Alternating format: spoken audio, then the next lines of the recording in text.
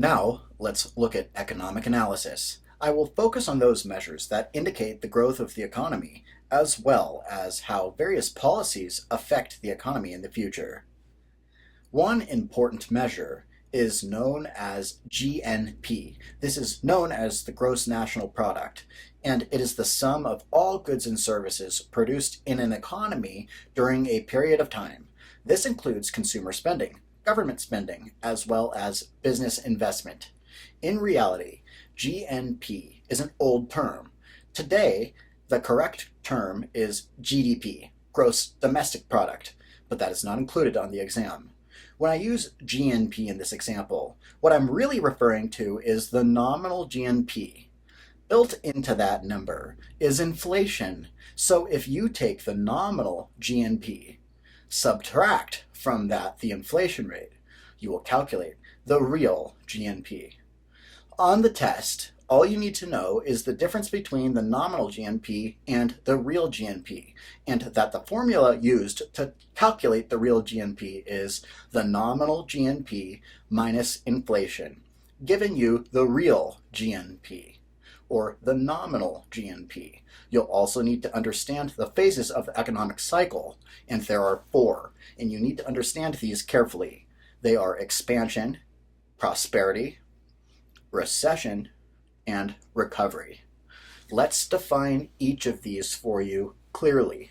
Expansion is when businesses are ramping up. They're introducing new products, they're expanding, and they're growing, and the share price is going up. Prosperity occurs when the company's fortunes have been fully realized. It's selling its products in the broadest possible markets, its revenues are increasing, and the people who bought the shares are benefiting, either from a rise of share price or dividend payouts. However, as we know, prosperity can't go on forever. This is followed by a recession. A recession is specifically defined as a downturn in the GNP for 2 consecutive quarters. You must know that a recession is a 2 consecutive quarter downturn, right? In order to come out of a recession, businesses have to come up with new strategies, or the government has to help the economy. Therefore, when they implement these new strategies, when the recession has hit a low point, recovery begins. So this is the business cycle that happens periodically in every single economy. But remember, there are 4 phases. They are expansion, prosperity, recession, and recovery. What tools are available to the government to influence the economic cycle? For example, when a company or when an economy is in a recession and companies need money to stimulate, right? How does the government stimulate a recovery? Well, the government can take one of 2 approaches. It can use fiscal policy or it can use monetary policy. What's the difference between these two? Fiscal policy is what the government does to stimulate the economy, versus monetary policy is what the Federal Reserve Board does to stimulate the economy. Let's look at the tools of fiscal policy, those things that the government will do to put more money into the hands of consumers.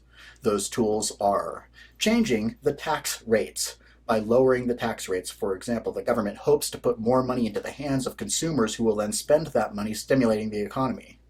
Another tool is to change transfer payments. This is the amount of money that the government pays for programs like Social Security and Medicare.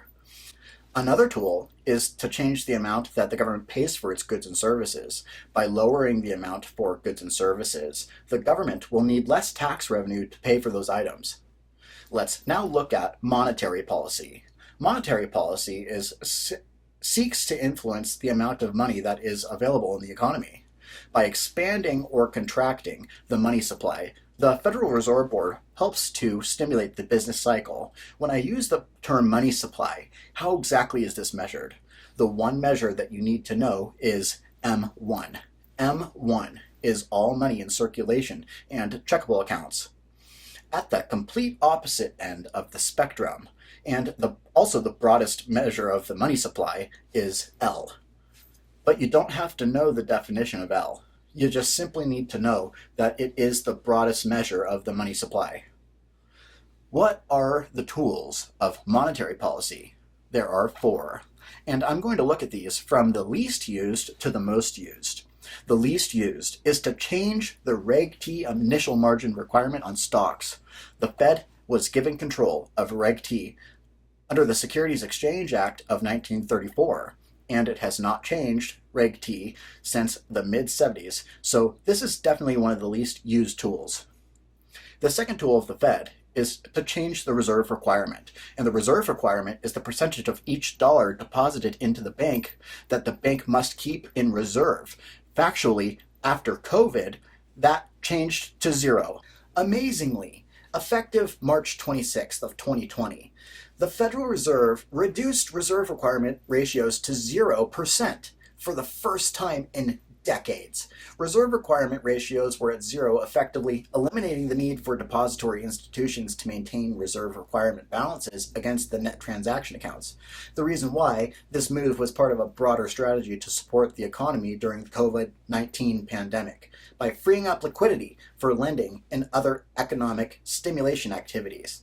So the second tool of the Fed is to change the reserve requirement. The reserve requirement is the percentage of each dollar deposited in the bank that must be kept in reserve. So before the COVID-19 epidemic, it was set at 10%.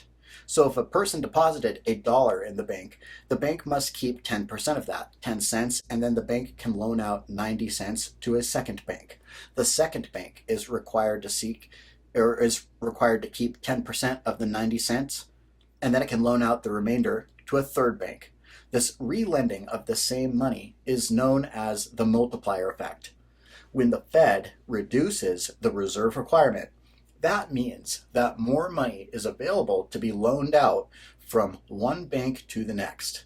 Therefore, that loosens the money supply. When the Fed raises the reserve requirement, this means that the bank must keep more money in reserve and there is less to be loaned out. Therefore, the money supply is tightened. The third tool of the Fed is to change the discount rate. The discount rate is the interest rate that the Fed charges its member banks who borrow directly from the Federal Reserve Board. The discount rate is the rate that also affects mortgages, credit cards, and the prime rate. The prime rate is the interest rate that banks charge their best commercial business clients. Think what Microsoft uses to borrow from JP Morgan. So all of these other rates are affected by the discount rate. And the final tool available to the Fed is open market operations of the Fed. And this is the buying and selling of U.S. government securities every day in the open market. These U.S. government securities consist of Treasury bills, Treasury notes, Treasury bonds, strips, and tips. By buying and selling securities every day through its authorized U.S. government securities broker-dealers, the government is either trying to pull money out of the economy and tighten the money supply, or it's trying to inject money into the economy and loosen the money supply, depending on the needs of the economy at that time. So these are all tools of the Fed that are designed to affect credit availability and the amount of money in the economy. The hope is that by using these tools, you will stimulate the economy to either speed up or slow down, depending on the objectives of the Fed and the needs of the economic cycle. Remember that the key principle of monetary policy is that it seeks to influence interest rates. So one of the things that you might have to note is the relationship between various types of interest rates from highest to lowest. So let's give you an example. Here are 4 key interest rates. I will arrange from lowest to highest. The lowest is the Fed funds rate. This is the rate that member banks charge each other for overnight unsecured loans, direct borrowing between member banks. Above that is the discount rate. The discount rate is the rate that the Fed charges member banks to borrow directly from the Fed. The next higher would be the broker call rate. This is the rate that broker-dealers charge customers for margin loans that are backed by securities. And the highest among these 4 rates would be the prime rate. This is the interest rates that banks charge their best commercial business customers for loans, aka what JP Morgan lends to Google for. It's important to understand the order of these rates. As a part of economic analysis, there are also certain indicators that you'll need to understand. These are leading economic indicators, coincident economic indicators, and lagging economic indicators. Let me define each of these. A leading economic indicator indicates where the economy is likely to go in the future. In essence, it gives analysts the ability to crystal ball the market, to kind of see where it's going to go in the future. A coincident indicator indicates where the economy is right now, and a lagging indicator, economic indicator, indicates what the economy was in the past. However, it's being reported today. You'll need to know only one of the coincident indicators. It is the index of industrial production. You only need to know two of the lagging economic indicators: reported corporate profits and consumer debt levels. And if you'll think about it, reported corporate profits make sense as a lagging economic indicator because they were reported at the end of a quarter. So it reflects what the quarter was. All other indicators on the test will be leading economic indicators. So if you remember these three, then you will be able to quickly determine which ones are the leading economic indicators and the lagging economic indicators. You only need to know 6 of the leading economic indicators for the exam, and they are the S&P 500 index, housing starts, initial unemployment claims, durable good orders, consumer good orders, and money supply levels. This makes learning this area very, very easy and simple. All of the economic analysis that I have spoken about, the way it's used to measure it, and the tools used are applied in service of one of 3 theories about what stimulates the economy. The first is the Keynesian economic theory, and Keynes theory, right? John Maynard Keynes. It says by increasing the economic spending, it will stimulate the economy, right? This says that by increasing government spending, it will stimulate the economy. If the government increases its spending, it can hire people, set up contracts with businesses that will superb economic growth. The opposite side of this is the supply side theory, also known as Reaganomics. This says by reducing government spending and reducing taxation, that more money ends up in the hands of consumers who spend that money, and the hands of entrepreneurs who start new businesses that lead to another period of prosperity. And the third theory is the monetarist theory. This says that the economy is spurred solely based on the actions based upon the Federal Reserve Board and the 4 tools that we've discussed. I have now given you an overview of all of the important tools of economic analysis that you'll need to know for the SIE exam. Know each of these clearly and precisely, and remember, millionaires will be made at millionairesintraining.com. It is time now that you have completed our SIE exam prep course in detail, and you have really nailed it. I want you to congratulate yourself. Make sure you watch these tutoring replays in order to fully understand this class. You need to go through this information thoroughly, and if you've kind of jumped around, I would encourage you, if you haven't passed your test yet, to start at the very beginning video on our YouTube channel. The Equities Basics, Equities 101. I've released these videos in sequence so that you can click on one and the next, leading all the way through the full class of the SIE exam.